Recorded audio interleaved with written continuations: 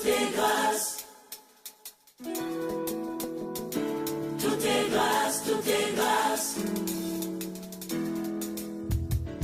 Tout est grâce, tout est grâce. Amen. Amen. Nous allons lire la parole de Dieu après nous allons nous asseoir. Nous lisons Exode 25, verset 9. Je lis au nom de Jésus. Amen.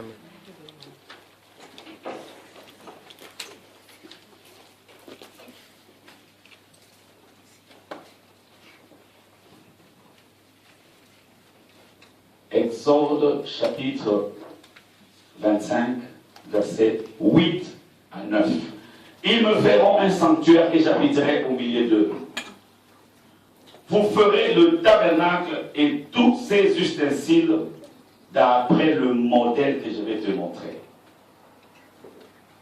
Nous lisons encore 1 Corinthiens chapitre 3.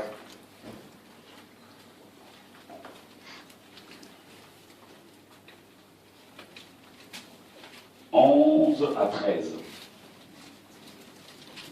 1 Corinthiens chapitre 3, versets 11 à 13.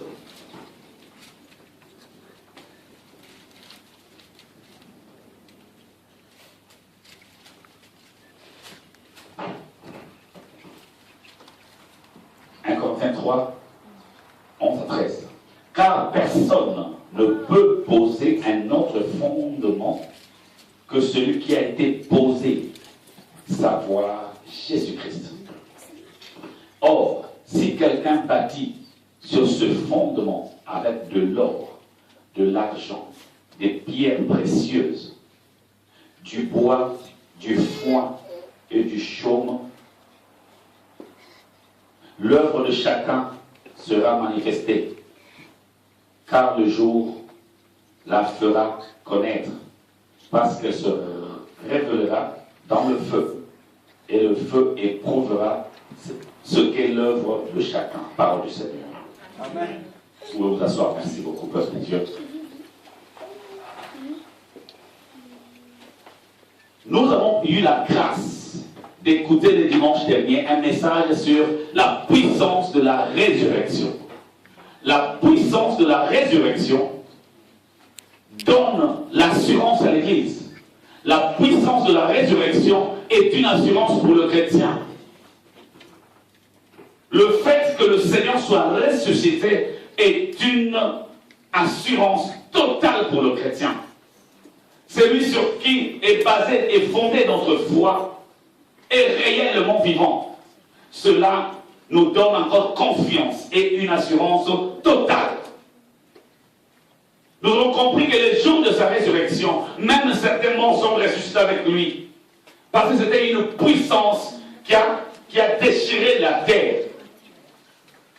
La puissance de la résurrection, c'est l'assurance du chrétien. Parce qu'il est vivant, parce qu'il n'est pas dans le tombeau, je suis assuré. Mais aujourd'hui, par la grâce de Dieu, nous allons parler sur un autre thème qui est le modèle parfait. Le modèle parfait. Le modèle, c'est une représentation. Et si quelqu'un veut suivre le modèle, il doit suivre la représentation qui a été présentée par l'architecte, par celui qui a conçu l'idée. Quand quelqu'un, un architecte, pense à concevoir, pense à créer, à faire construire une maison, il fait une maquette, un plan, et ce plan reste un modèle. Et les maçons sont obligés de se fier au modèle présenté par l'architecte. Si l'architecte a dit 2 mètres, il faut que ce soit 2 mètres. Si c'est 10 mètres à gauche, il faut que ce soit 10 mètres. Sinon, tous les calculs sont faussés. Le modèle par excellence. Le modèle de l'évangile. Le modèle de la construction. Nous avons vu dans Exode chapitre 25.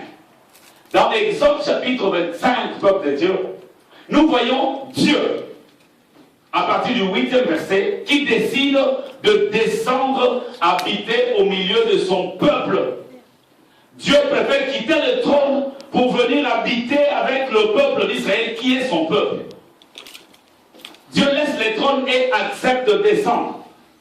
Mais quand il a décidé de descendre, il ne pouvait pas venir habiter n'importe où. Il dit à Moïse, monte dans la montagne. Moïse est monté dans la montagne. Et là, dans la montagne, Dieu lui a donné des directives. Et parmi ces directives, il lui a donné un plan. Il lui a donné le modèle. Il lui a dit, moi je vais venir habiter au milieu de vous. Mais il faut que vous me construisez une maison, un tabernacle. Il dit à Moïse, ce tabernacle sera fait. Pas selon ton modèle à toi, Moïse. Même si tu as habité en Égypte, tu as vu le meilleur modèle de construction. Tu as vu le pyramide, je ne sais pas quoi. Tu as vu le palais pharaonique. Tu as vu des choses en Égypte. Tu as vu beaucoup de belles maisons. Tu as vu de grands palais. Tu as vu de belles constructions. Mais le tabernacle que tu auras à construire sera fait selon le modèle que je t'ai montré, que je te montrerai. Le modèle vient de Dieu lui-même. Tu vas les construire, c'est toi qui vas construire, mais tu dois construire selon le plan. Dieu a tracé un plan étant le véritable architecte. Il place un plan, il fait un croquis, c'est un plan, avec tout le calcul possible. Et Moïse était simplement obligé de suivre le modèle par excellence. La construction de la maison de Dieu dépendait du modèle. Si le modèle était en cercle, quand la maison montera, la maison sera en cercle parce que cela ne dépend pas de celui qui construit, mais cela dépend de celui qui a conçu l'idée. Celui qui a conçu l'idée, même si on ne le voit pas, mais il a déjà montré un modèle. Le modèle par excellence. On ne peut pas construire selon son propre modèle. Aujourd'hui, les églises sont construites par des modèles pastoraux, dans les modèles des pasteurs, des modèles doctoraux ou doctoraux, selon le docteur. C'est le modèle selon les prophètes, les modèles selon les évangélistes, les modèles selon les apôtres. Non, l'église est construite selon un modèle. Moïse, qui a vécu dans le palais pharaonique, dans le palais du pharaon, n'a pas construit le tabernacle selon son modèle. Il était obligé de suivre à la lettre les instructions de la construction. Le modèle qui lui a été présenté par Dieu. Dieu l'a amené à la montagne et lui a présenté un modèle. Le modèle par excellence de l'église aujourd'hui a été conçu dans la montagne, qu'on appelle la montagne de Golgotha. C'est là que le modèle par excellence a été décidé et a été présenté à l'église. On ne peut pas bâtir la maison de Dieu. L'église ne peut pas fonctionner selon les modèles des hommes. L'église doit fonctionner selon les modèles que Dieu lui-même présente à l'église. Amen. Si l'église commence à être bâtie selon les modèles des hommes, sachez-le bien aimé que c'est déjà une maison bâtie sur le sable. Parce que Jésus-Christ c'est la fondation. La fondation c'est le modèle. Amen. Quand la fondation est carrée, la maison sera carrée. Quand la fondation est en cercle, la maison sera en cercle. Tout dépend de la fondation. L'apôtre Paul dit, quand personne, même pas un ange, quel que soit son rang supérieur, personne ne peut poser sur le fondement existant un autre fondement que celui qui a déjà été posé. Et ce fondement, l'apôtre Paul dit, c'est Christ. Et la Bible dit, or si quelqu'un bâtit dessus, l'Église est appelée à bâtir dessus. Nous sommes tous appelés à bâtir. Et nous sommes tous représentés par 6 catégories de matières. Moïse s'est levé, il a commencé à construire le tabernacle. Il avait la feuille sur sa main. Et il surveillait de près le modèle, comment le maçon travaillait. Il a suivi de près. Il suivait de près. Il suivait la construction. Parce que lui avait le plan. Je crois qu'il a multiplié le plan pour les donner au constructeur. Il a dit, faites attention, ce modèle n'est pas humain, c'est un modèle divin, c'est le modèle de Dieu. Toute sorte de construction que vous allez faire doit dépendre du plan. Moïse a déjà écouté Dieu. Quand il est arrivé sur le terrain, il avait les yeux sur le plan. Son intelligence était focalisée sur le modèle. Ses yeux étaient braqués sur le plan. Dieu a dit, il faut que ça soit de tel coulé. Moïse surveillait. Parce que Dieu est un Dieu des principes. S'il dit 5 coudées, c'est 5 coudées, pas 6, pas 4. S'il dit 10 coudées, ce n'est pas 9, ce n'est pas 11. Moïse était obligé de suivre à la lettre les principes, les structures du plan. À la fin de la construction, la Bible dit, la nuée a couvert le sanctuaire et la présence de Dieu était dans le tabernacle parce que ce tabernacle a été construit selon le modèle. Amen. Si le tabernacle est construit selon le modèle de Dieu, la gloire de Dieu descendra sans effort. On n'aura pas besoin d'appeler la gloire de Dieu, mais parce que la gloire de Dieu attend que le modèle soit respecté, afin que la gloire de Dieu descende. Or, la gloire de Dieu, c'est le manteau de Dieu. La gloire de Dieu, c'est la sainteté de Dieu. La gloire de Dieu, c'est la toute-puissance de Dieu. La gloire de Dieu, c'est le manteau, l'habillement de Dieu. La gloire de Dieu, c'est la sphère de Dieu. Et la gloire de Dieu, c'est Dieu lui-même. Amen. Moïse a dit, Seigneur, je veux voir ta gloire. Pas toi, mais ta gloire. Et Dieu lui répondit, personne ne peut me voir. Moïse a demandé de voir la gloire de Dieu. Dieu lui dit, personne ne peut me voir. Parce que la gloire est associée à Dieu. Amen. Dieu est lui-même la gloire. Amen. Là où il y a Dieu, il y a la gloire. Amen. La gloire, c'est la splendeur, la beauté éclatante de la magnificence de la présence de Dieu. Amen. Là où il y a la gloire de Dieu, on le sent par l'amour, par l'attachement, par la piété, par la grandeur, par des bonnes choses. Parce que quand la gloire de Dieu est là, ce n'est pas que les gens commencent à tomber. Ce n'est pas ça la gloire de Dieu. La gloire de Dieu est répandue dans nos cœurs. Amen. Par la présence de Christ Jésus-Christ. Il faut construire selon le modèle. Si le modèle n'est pas respecté, la gloire ne descendra pas. Toutes nos églises, que ce soit Micrène ou n'importe quelle église, cette église doit être bâtie selon le modèle. Dieu a dessiné un croquis, il a donné à Moïse. Moïse est descendu de la montagne avec un modèle. Moïse a construit, il avait dans sa main un modèle. Aujourd'hui, Jésus-Christ a donné naissance à l'église. Jésus-Christ n'est pas là, mais il a donné un modèle. Un modèle.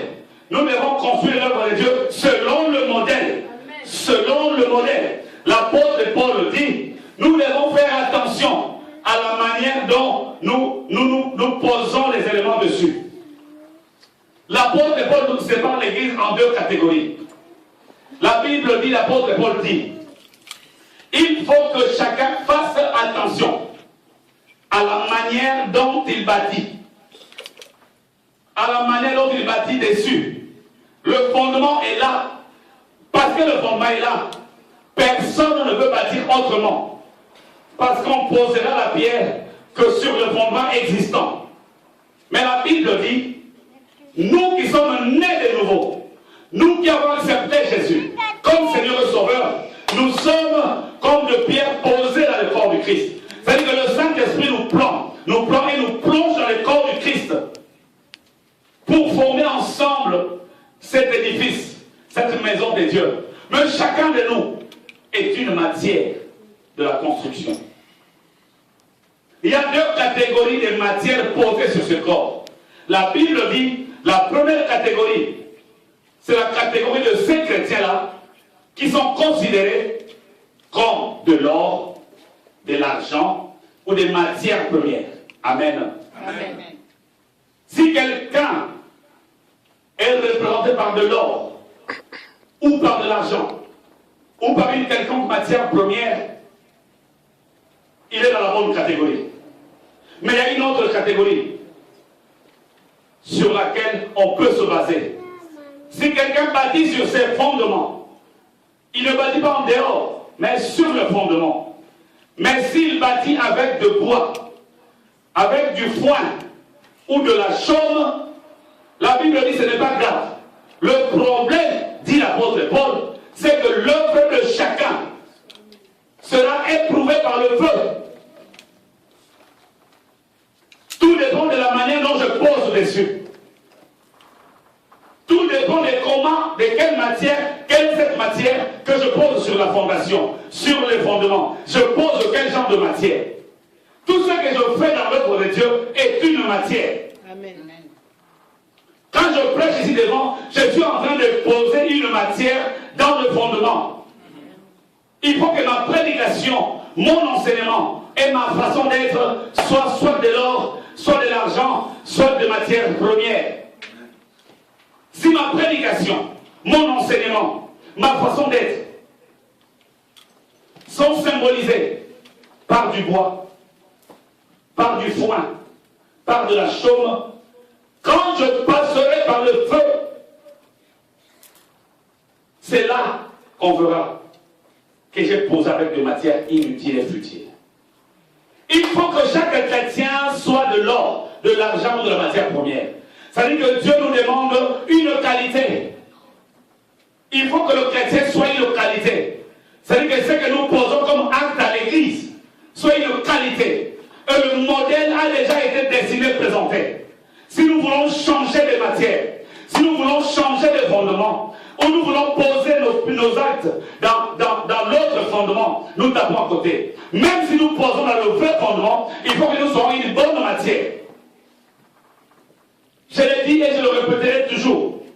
Nous avons la faculté extraordinaire de ne pas se contrôler, mais de contrôler l'autre.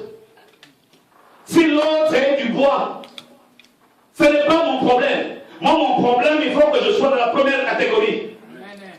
Moi, je dois m'examiner. Je ne cesserai pas de le dire à l'église. Plus le chrétien commencera à s'examiner, plus il oubliera les autres. Amen. Plus il fera tout pour que lui soit correct dans les choses de Dieu. Amen. Mais plus le chrétien s'oublie et regarde les autres, il passera son temps à critiquer. Il passera son temps à insulter. Il passera son temps à maltraiter les autres. Il passera son temps à perdre le temps. Mais celui qui s'examine comprendra quel genre de matière je suis. Quand je prie, je dis Seigneur, je veux poser dessus, mais je veux être de l'or ou de l'argent ou une matière première pour être posé. Parce que la Bible dit, toutes ces matières posées sur le fondement seront éprouvées par le feu. La Bible dit dans l'Apocalypse, je vous conseille, la Bible dit, Jésus dit à l'église, je vous donne un conseil gratuit. Venez acheter de moi. Je suis en train de vendre de l'or afin que vous deveniez riches. Parce que vous croyez être riche, mais vous êtes pauvre. Venez acheter de moi de l'or. Mais quel genre d'or? De l'or éprouvé par le feu. Dieu nous confirme, le feu existe. Le feu, ce n'est pas seulement pour brûler nos ennemis, mais le feu, c'est pour nous brûler d'abord nous-mêmes. Le feu, c'est pour nous-mêmes d'abord. La Bible dit, la matière que je pose dans le fondement sera éprouvée par le feu des épreuves. Les épreuves, si quelqu'un est de l'or, si on prend de l'or, on le met dans le feu, même si ça chauffe à 1000 degrés, même si ça chauffe à 2000 degrés, à la fin, quand il n'y aura plus le feu, l'or restera toujours l'or. C'est une matière inaltérable. Il reste de l'or. Parce qu'il est une matière de qualité. Tu dois penser au feu pour toi-même. Tu dois penser au feu. Quel genre de matière je suis? Et quand je passerai sur les épreuves du feu, à la fin de cette épreuve, serait-ce toujours la même matière ou pas? Si on met de l'argent dans le feu à 2000 degrés, l'argent reste l'argent.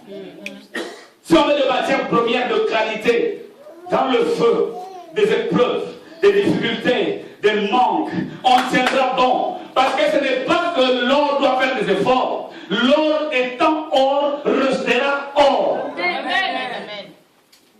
L'or ne va pas dire je dois rester or. Vraiment que je reste or. L'or restera or parce qu'il est une matière inaltérable. Amen. Qui ne change pas d'état. Amen. Mais celui qui bâtit avec du bois, si on prend du bois, quelle que soit sa beauté, quelles que soient ses qualités, si on met ce bois dans le feu à 1000 degrés, le feu des épreuves, 2 heures après, 3 heures après, une journée après, le bois va changer d'état. Parce que le bois est une matière altérable. Le bois deviendra du cendre. Le bois ne sera plus bois. Avant le feu, il était le bois. Après le feu, il devient cendre.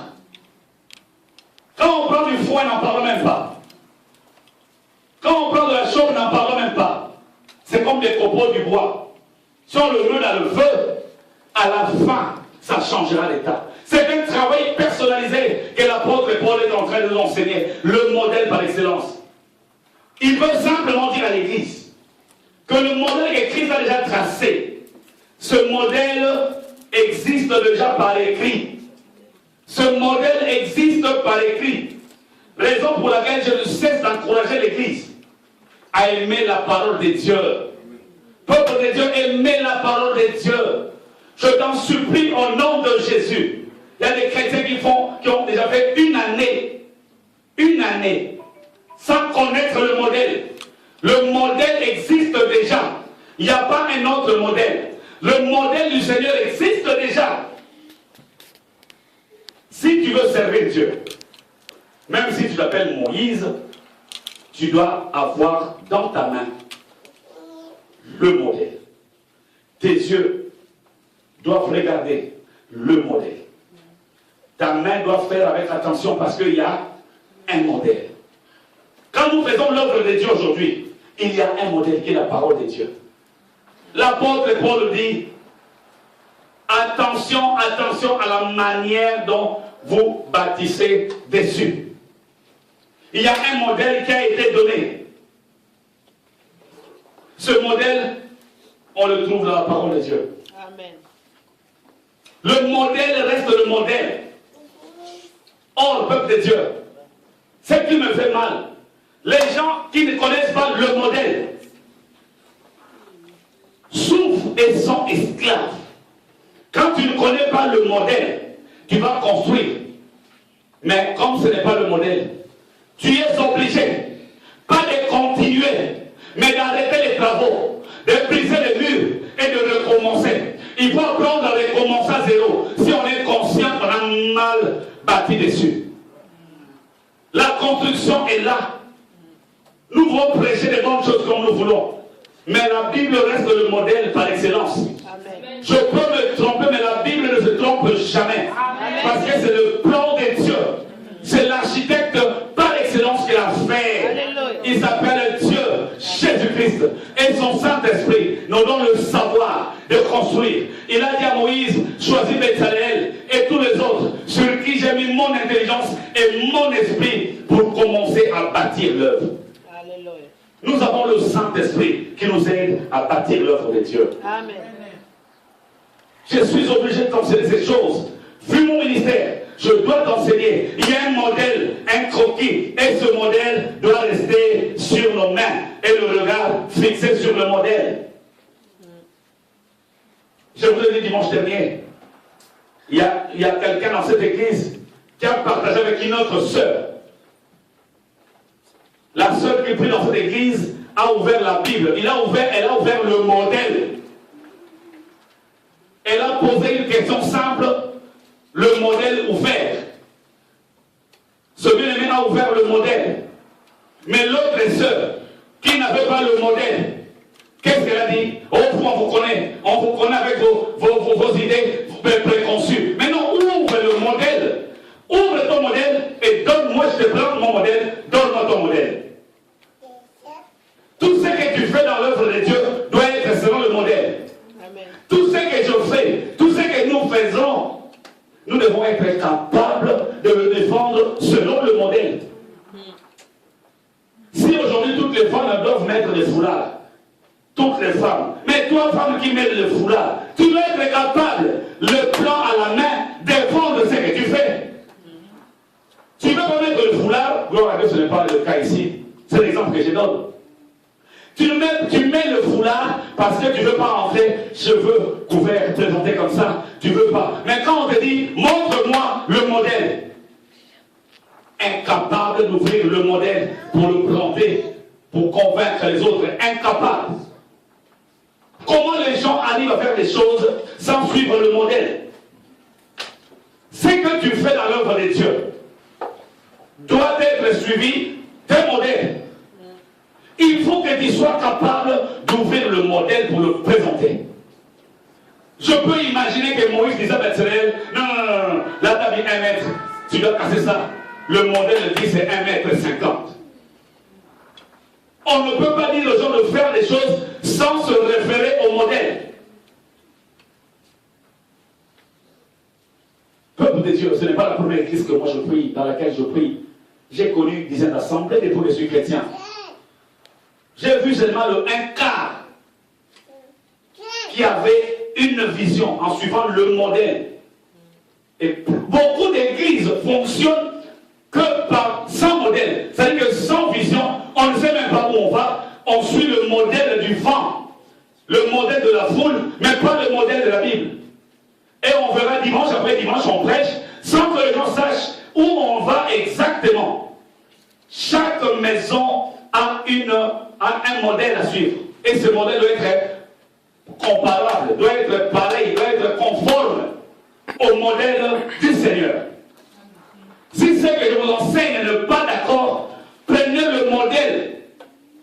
Prenez un modèle et partageons. Prenez le modèle de Dieu. Ce livre, c'est un modèle par excellence. C'est un modèle qui donne du succès, qui donne la valeur. Nous faisons certaines choses sans le modèle à la main. Pourquoi tu le fais? Non, je le fais parce que tout le monde le fait. Si tu fais quelque chose, cherche la représentation dans le croquis. Si tu fais quelque chose, il faut que cette chose soit conforme au modèle. Si on dans une église, tout le monde enlève les chaussures. Gloire à l'Éternel. Je ne dis pas que c'est un péché ou ce n'est pas un péché, mais le problème, il faut que le modèle nous explique. Si tu es dans une église, on dit que le femme n'a pas de beauté, pas de rouge à lèvres, rien du tout, naturel.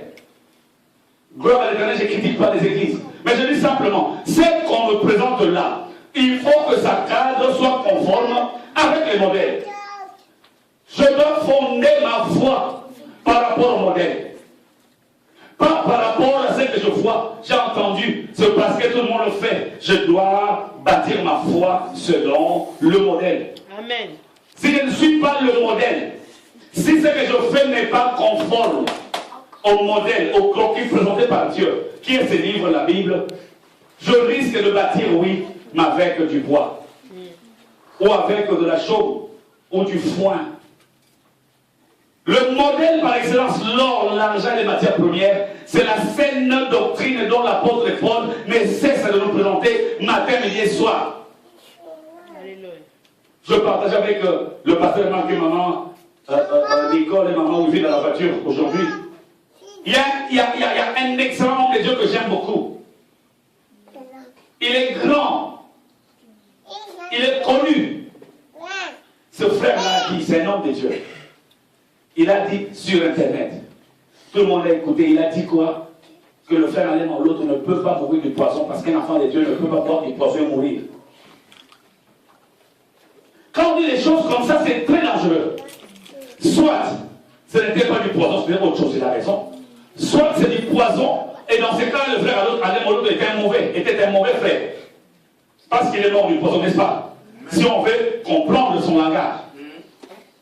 Parce qu'il a bu du poison, ça contredit la Bible. Non, devons faire attention au modèle présenté par le Seigneur. Il y a un modèle présenté par le Seigneur. J'ai dit ça avec le jeune aujourd'hui. La Bible dit, voici les miracles qui accompagneront ceux qui auront cru. À mon nom, ils chasseront les démons. Ils imposeront les mains aux malades et les malades seront guéris. Ils saisiront des serpents. Je rajoute, s'ils boivent un breuvage mortel. Un breuvage, c'est quelque chose qu'on boit. Peuple de Dieu, le breuvage mortel, ce n'est pas un poison qu'on a mis dans le lot ou dans le verre. Ce n'est pas ça un breuvage mortel. Le breuvage mortel, c'est toutes ces doctrines qui sont à gauche, à droite. Toutes ces doctrines qui viennent à gauche, à droite, qui sont de l'eau, qui poussent de l'eau pourrie, qui viennent pour détruire notre foi. L'apôtre Paul pleure disant à Timothée, garde la foi, combat le bon combat. Attention à ce que tu écouteras à gauche, à droite. Reste dans la ligne droite. Attention aux breuvages qui viendront à gauche, à droite. C'est-à-dire que toi qui es là, si aujourd'hui, un disciple d'une église qui vient d'une autre église quelconque, parce que j'ai dit ce matin, il y a une église dans mon pays qui commence du matin au soir. Là, avant de commencer, ils prennent des shit. Ils prennent tous des shit. Tous. Après, ils prennent des bouteilles de whisky, chacun finit sa bouteille. Et quand la musique va commencer, ils adorent leur Jésus qui est noir. Ils ont oublié qu'il soit noir, blanc, jaune ou rouge. Il est mort pour sauver l'humanité. La couleur de sa peau n'a rien à voir. Ça, c'est bâtir avec du bois, du foin ou de la chaume. Et quand un adepte de cette religion-là vient se trouver avec un modèle qui n'est pas conforme au vrai modèle, mais il faut que toi tu ouvres ton modèle pour gagner cet homme, sinon tu risques de boire un poison qui est un breuvage mortel et ça va te tuer. Tu vas souffrir à cause d'un mauvais modèle. Le breuvage mortel, ce n'est pas du poison. C'est autre chose. Saisiront les serpents, ce n'est pas une vipère qui passe. Ceux qui croiront en mon nom saisiront des serpents. Ça veut dire simplement, celui qui saisit un serpent a la domination sur le serpent. Il a dompté les serpents. Ça veut simplement dire, ceux qui croiront en mon nom, ils auront les capacités de maîtriser le diable et toute son armée. C'est ça, c'est des serpents. C'est le temps chercher une vipère à gauche à droite. Et quand on ne comprend pas ces choses, on croit d'une manière littérale. On est en train de boire du poison. Mais le poison qu'on peut mettre dans une nourriture dans l'eau, mais peut me tuer. Ça peut me tuer, ça n'a rien à voir. Peuple de Dieu, tout cela c'est bâtir avec de la chaume, du foin et du bois. Quand ça passe devant le feu, raison pour laquelle je pleure, bien aimé. Il y a des bien-aimés incapables de supporter des épreuves impossibles. Quand il y a le feu, à la fin on sent de quelle matière était le frère ou la sœur. On le sent à la fin du feu. Quand le feu s'allume, c'est après qu'on saura de quelle matière était le bien-aimé. De quelle matière jeter. Parce que celui qui est une matière de qualité, à la fin de l'épreuve, il reste la même matière. À la fin des épreuves, il reste le chrétien affermi. Affermi. Apôtre Paul qui avait une charge, j'ai dit ça jeudi, l'apôtre Paul dira, à cause de l'excellence de la parole, il m'a été mis. Par qui? Il a été mis une écharde dans la chair. Un ange de Satan pour me souffleter, pour m'empêcher de m'enorgueillir. Est-ce que le diable peut empêcher quelqu'un de s'enorgueillir?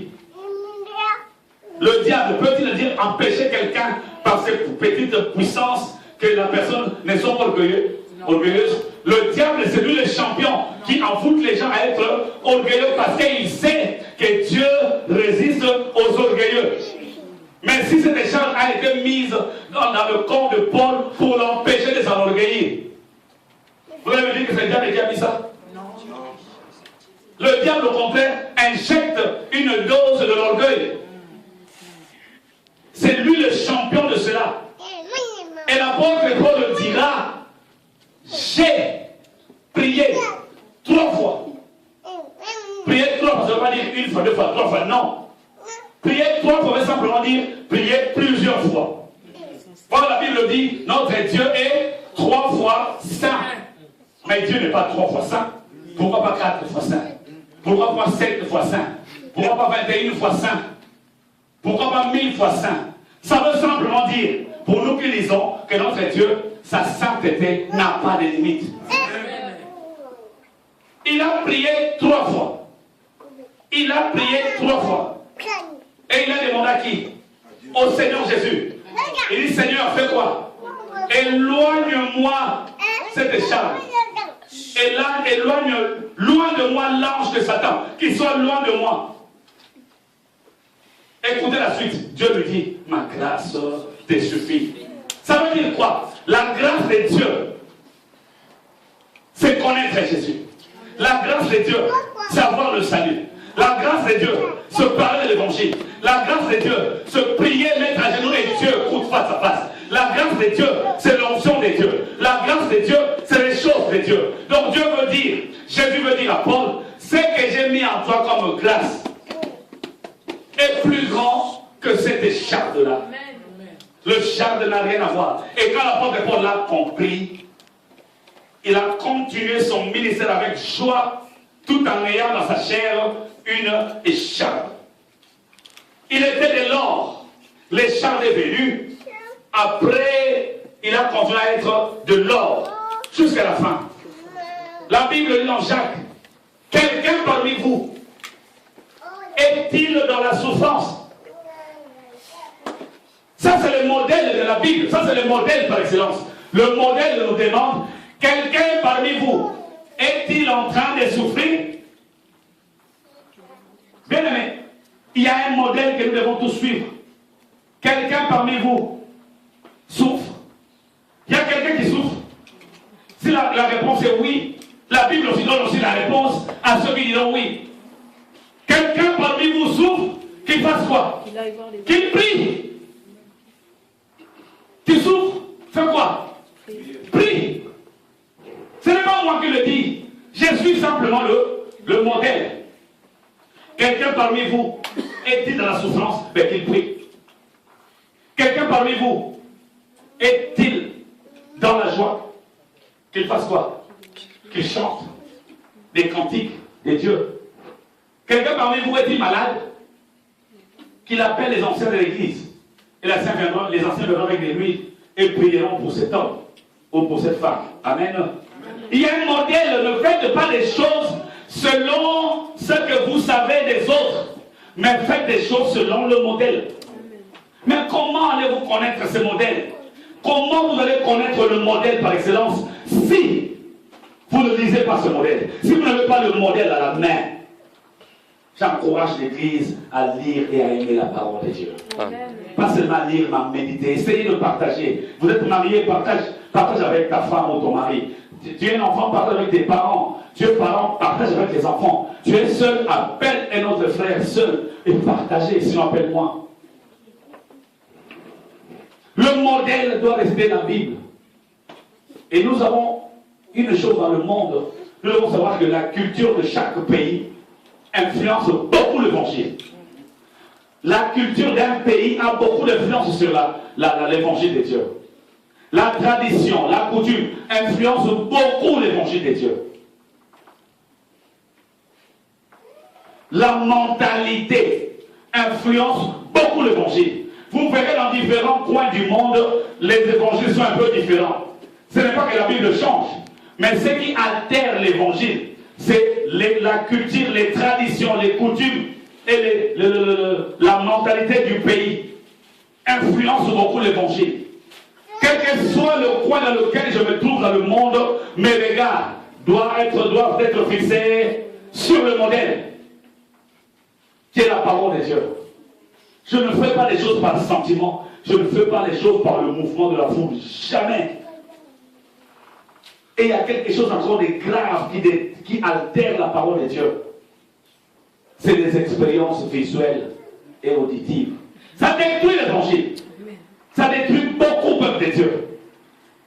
Ce que nous voyons sur Internet, au DVD, sur les DVD, à gauche, à droite, et ce que nous entendons à gauche, à droite. Nous voulons que cela devienne le modèle de l'Église. Je bénis Dieu parce que si quelque chose est fait de bien, on glorifie Dieu, ça reste une expérience, mais ce n'est pas le modèle de toutes les églises. Ce n'est pas un modèle, bien aimé, ce n'est pas un modèle. Le modèle par excellence reste la Bible. L'expérience de Moïse avec le bâton qui sépare l'eau était restée l'expérience de Moïse. Personne dans la Bible n'a copié ça. Personne. Je ne peux pas copier l'exemple de l'homme de Dieu parce qu'il a eu une expérience dans son ministère, que cette expérience-là doit devenir le modèle de Michel. Non. Nous devons rester dans la Bible. Même si moi je connais une expérience dans ma vie chrétienne, ça ne peut pas devenir le modèle par excellence. Si moi j'applique mon expérience, je mets en pratique mon expérience dans l'église, ça veut dire que je néglige sans le vouloir et sans le savoir le modèle des gens présentés par Christ. Je l'ai dit à un moment, un homme de Dieu qui enlève la veste et qui frappe quelqu'un, tout le monde tombe. Vous voulez maintenant, les gens veulent que d'autres aussi enlèvent sa veste, frappe les gens pour que les gens tombent. Si je ne le fais pas, on dit donc on n'a pas d'onction. Qu'est-ce que l'onction? Nous parlons d'onction selon le modèle de la foule. L'onction, c'est la capacité de faire tomber les gens. C'est quand je passe, vous qui êtes à côté de moi, vous sentez quelque chose. C'est ça la définition de l'onction. Et donc ça, c'est des breuvages mortels. Ça ne peut pas durer jamais.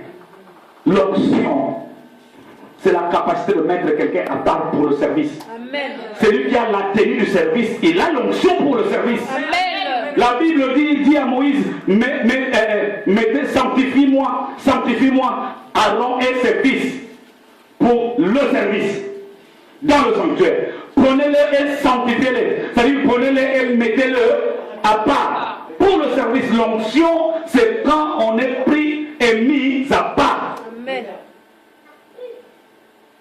Parce qu'un homme de Dieu passe, quand il passe, tout le monde à gauche, à droite, fait quoi? Tombe. Il faut que quand docteur entre, il faut que tout le monde tombe.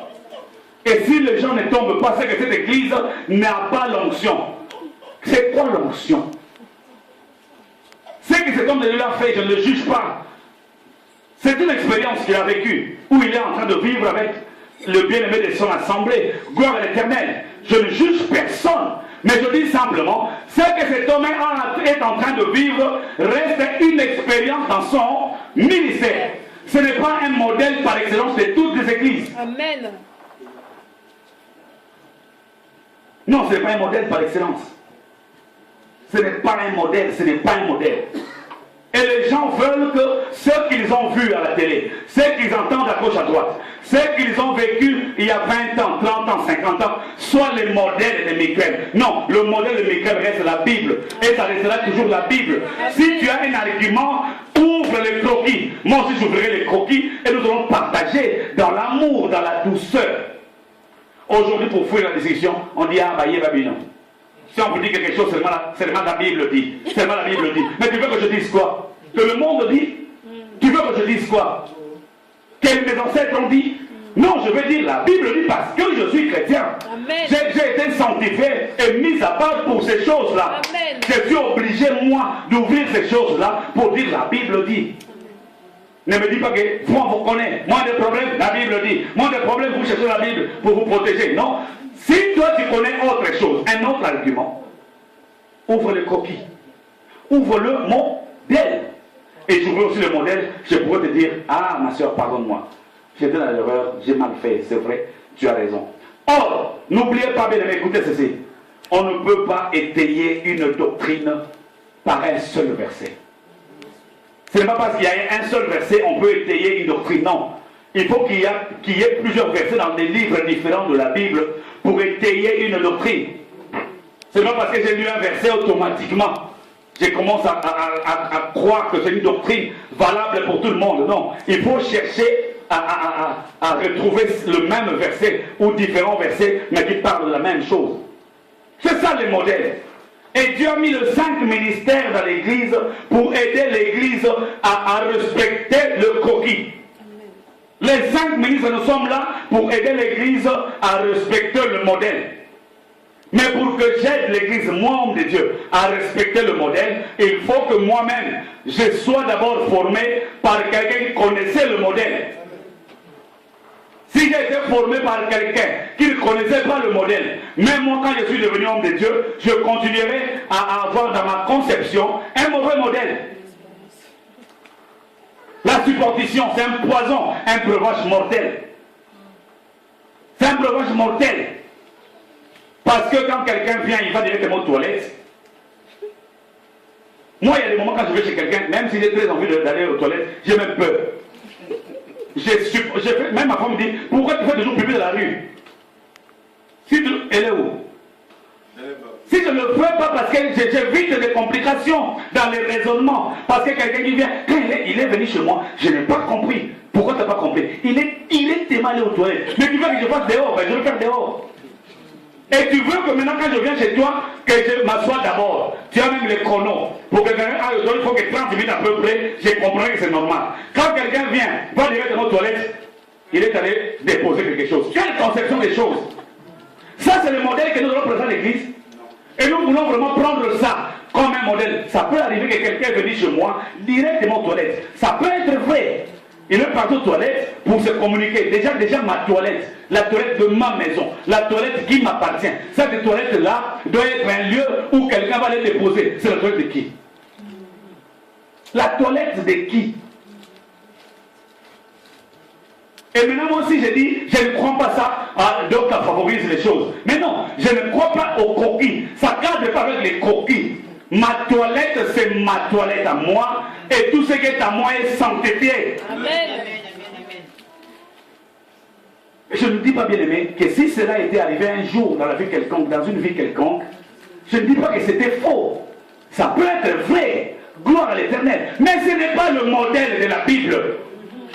Je ne peux pas prendre ça, commencer à enseigner ça. Si quelqu'un vient chez toi, bien aimé, fais attention. Si tu le vois directement aller dans les toilettes, fais attention, bien aimé. Il est parti déposer quelque chose. Il est allé se communiquer. Fais attention. Je fais de ça une doctrine de l'Église. Ce n'est pas le modèle de l'Évangile. Le modèle de l'Évangile. Ce qui s'est passé là, ça reste une expérience particulière de cet homme de Dieu-là. Alléluia. Paul priait avec des mouchoirs des gens. Les gens qui étaient malades restaient chez eux, mais leur famille apportait des mouchoirs. Et Paul a prié sur ça. Et les gens ont pris ça parce que Paul avait du mal à se déplacer, à aller prier pour tous les malades. Et qu'est-ce qui s'est passé? Quand les gens allaient appliquer ce morceau de tissu sur le corps de leur malade, et leur malade était guéri. Lis la Bible, tu verras jamais Pierre faire ça. Pierre a écouté ça, il a glorifié le Seigneur, mais il est resté dans le modèle. Pierre, lui, passait, son ombre guérissait les malades. Maintenant, vous voulez maintenant que même si d'autres passent, que son ombre guérisse les malades, sinon il n'a pas l'onction. Mais vous verrez Pierre faire ça. Jamais Jean fait ça. Jamais. Jean a écouté ça, que l'ombre de Pierre guérissait les malades. Jean dit gloire au Seigneur. Mais il est resté dans le modèle.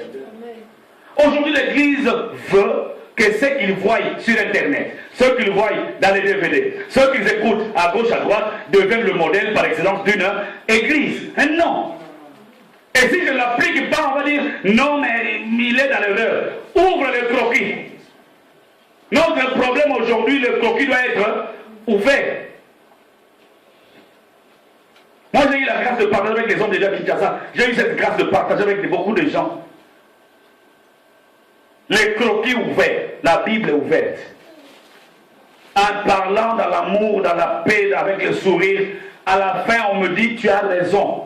Mais sauf qu'appliquer ça c'est compliqué. Parce que si on applique, c'est que les gens ont reconnu que j'avais raison. Mais sauf qu'appliquer, ça va faire en sorte que les gens fuient l'église. Bien aimé, je le dirai 1000 fois, je le répéterai, la réussite d'une assemblée, ce n'est pas la foule des gens. J'ai dit que Jésus avait nourri des vingtaines de milliers de gens. 20 000, 30 000, je ne sais pas combien de personnes. Mais le jour où il est monté au ciel, il a laissé que 120 personnes. Où étaient les autres qui avaient mangé? Ce n'est pas parce qu'il avait une grande foule, il pouvait se réjouir. Ce n'est pas ça. La foule, c'est une bonne chose. J'aime aussi la foule. Si l'église grandit, on est 1000. Je bénirai le Seigneur. Mais ma joie sera parfaite si je vois mes frères et sœurs, mes enfants dans la foi que vous êtes, vous comprenez la vraie image du modèle qui est la parole de Dieu. C'est-à-dire que je vois quelqu'un défendre l'évangile selon le modèle. Et là où je suis assis, je dis gloire au Seigneur. À quoi bon avoir 1000 membres de l'église dans lequel 100 seulement comprennent le vrai modèle? Si 100 personnes comprennent le vrai modèle et 900 autres vont continuer à bâtir sur un mauvais modèle. Et ça, c'est une réussite, ça? Non. Ce n'est pas une réussite, peuple de Dieu. Le modèle reste la Bible. Nous, je voulais te dire aujourd'hui, peuple de Dieu, que garde le modèle que Christ nous a donné. Personne ne peut bâtir sur un autre fondement. Il y a des doctrines à gauche, à droite. Mais aujourd'hui, la difficulté, c'est que moi qui vous prêche, je n'ai pas été enseigné. Celui qui m'a enseigné n'a pas été enseigné. Celui qui m'a consacré, celui qui l'a consacré, n'a pas été bien formé. J'ai appelé un vieux dans la foi, il y a longtemps, il y a 3, 4 ans, je ne sais plus bien. Je l'ai appelé, j'ai essayé de partager une révélation que j'avais. Il m'a fait rire, ce vieux. Il est un homme de Dieu. Je ne citerai pas son ministère, sinon il va se reconnaître. Il m'a dit, mais petit, ce que tu dis est vrai, mais je vous ai déjà prêché petit. Démerde-toi comme tu veux, moi je reste dans ce que j'ai déjà dit, changer, ça sera compliqué. C'est un vieux que je respecte. Vieux dans la foi, vraiment. Parce que le problème maintenant, parce que la fondation existe, si j'ai mal construit, je peux casser. Si je casse, la fondation restera toujours là. Donc je peux reconstruire. Je peux encore reconstruire. Et s'il y avait des erreurs, il faut que ça soit cassé pour reconstruire. Pourquoi? Parce que le fondement persistera toujours. Le fondement ou la fondation ne sera jamais détruite. La fondation sera toujours là, jamais détruite. Et ce fondement s'appelle Jésus-Christ. Amen.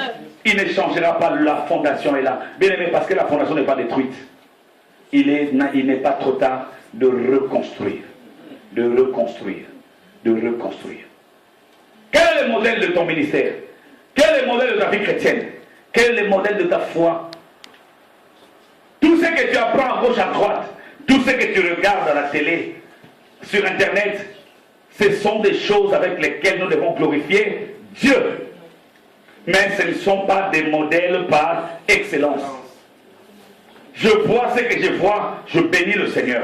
J'entends ce que j'entends, je bénis le Seigneur.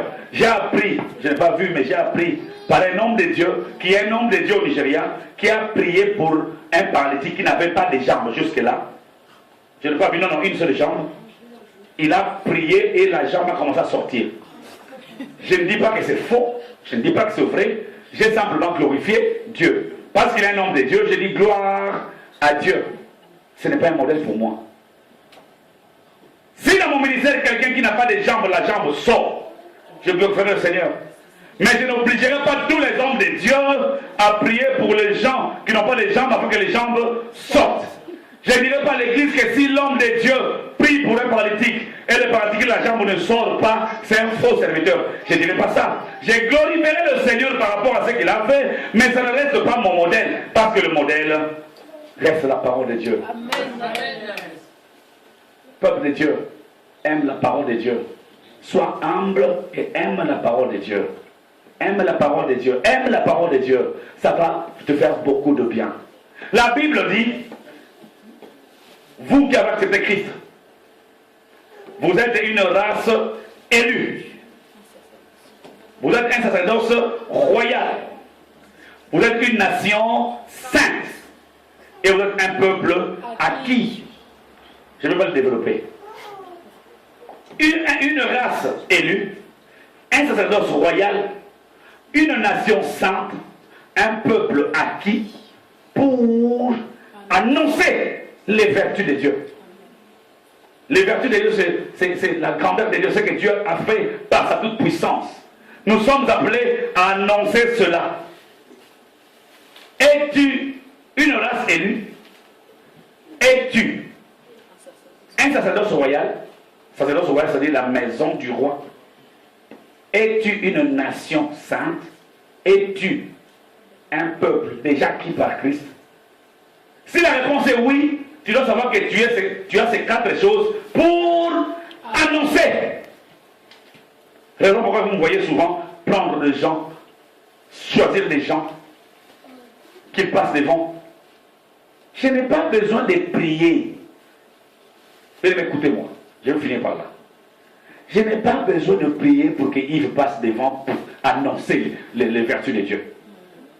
Parce que la Bible dit, celui qui croit en Jésus est une race élue. Dans élu, nous voyons le verbe, nous voyons un adjectif qui est l'élection. Élire quelqu'un, c'est-à-dire que le choix de Dieu. Une race élue veut dire une race que Dieu lui-même a regardé à gauche à droite, il a fait quoi? Il a choisi.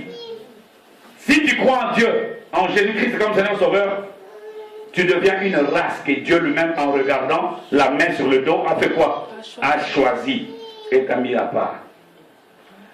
Si tu es quelqu'un qui a accepté Jésus comme Seigneur Sauveur, tu deviens un sacerdoce royal. Ça c'est Pierre qui dit. Ça veut dire quoi? Ça veut dire que Dieu qui n'a plus de maison parce que le rideau était déchiré, comme on ne peut pas le voir, il a quitté les lieux très saints. Il cherche une maison. Parce que toi tu acceptes Jésus comme Seigneur Sauveur, tu deviens la maison du roi, donc la maison de Christ. Si tu acceptes Jésus comme Seigneur Sauveur, tu deviens une nation pécheresse? Non. Une nation sainte et mise à part. Quand tu acceptes Jésus, tu deviens un peuple acquis. Je dis que quelque chose qui est déjà acquise, c'est une affaire qui est déjà acquise. C'est-à-dire qu'on a 99,99% voir les chances de la voir. C'est-à-dire que voir même 100, oh c'est bon. Mais pourquoi tu ne fais pas de discussion? Non, c'est bon. La chose est déjà acquise. L'affaire est déjà acquise. C'est-à-dire que même le diable se levait.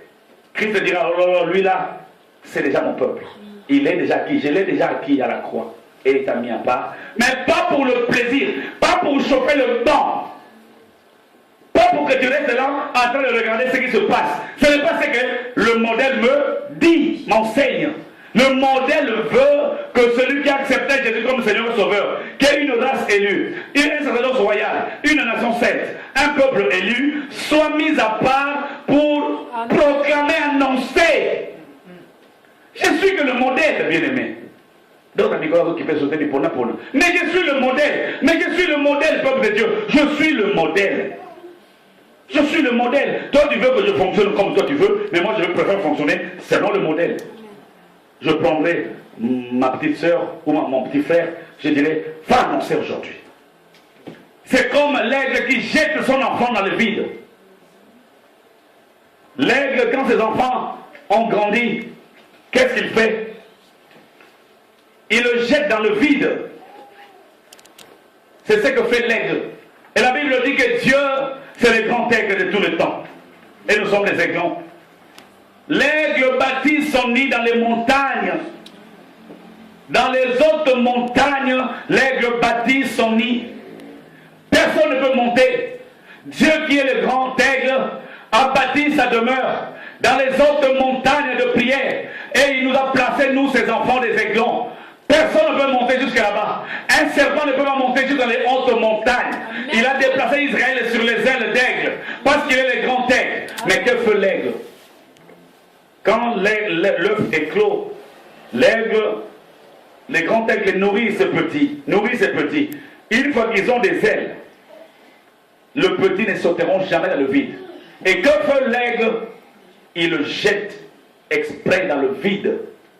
Il prend ces 2 petits ou ces 3 petits, il le jette dans le vide. Et ce petit commence à tâtonner parce qu'en bas, il y a des crochets, des cailloux. S'il tombe, il s'écrase. Mais l'aigle est tellement responsable, qu'est-ce qu'il fait? Quand il jette ce petit, il saute lui-même aussi et il fait un tour tout autour de ce petit. Si un petit essaye, il essaye, mais il tombe toujours, il essaye. Et l'aigle, le grand, regarde, il dit non, celui-là va tomber. Il n'est pas encore prêt. Qu'est-ce qu'il fait? Il descend avec une vitesse extraordinaire. Il vient en dessous. Et le petit tombe sur son dos. Et ils remontent ensemble sur le nid. C'est formidable.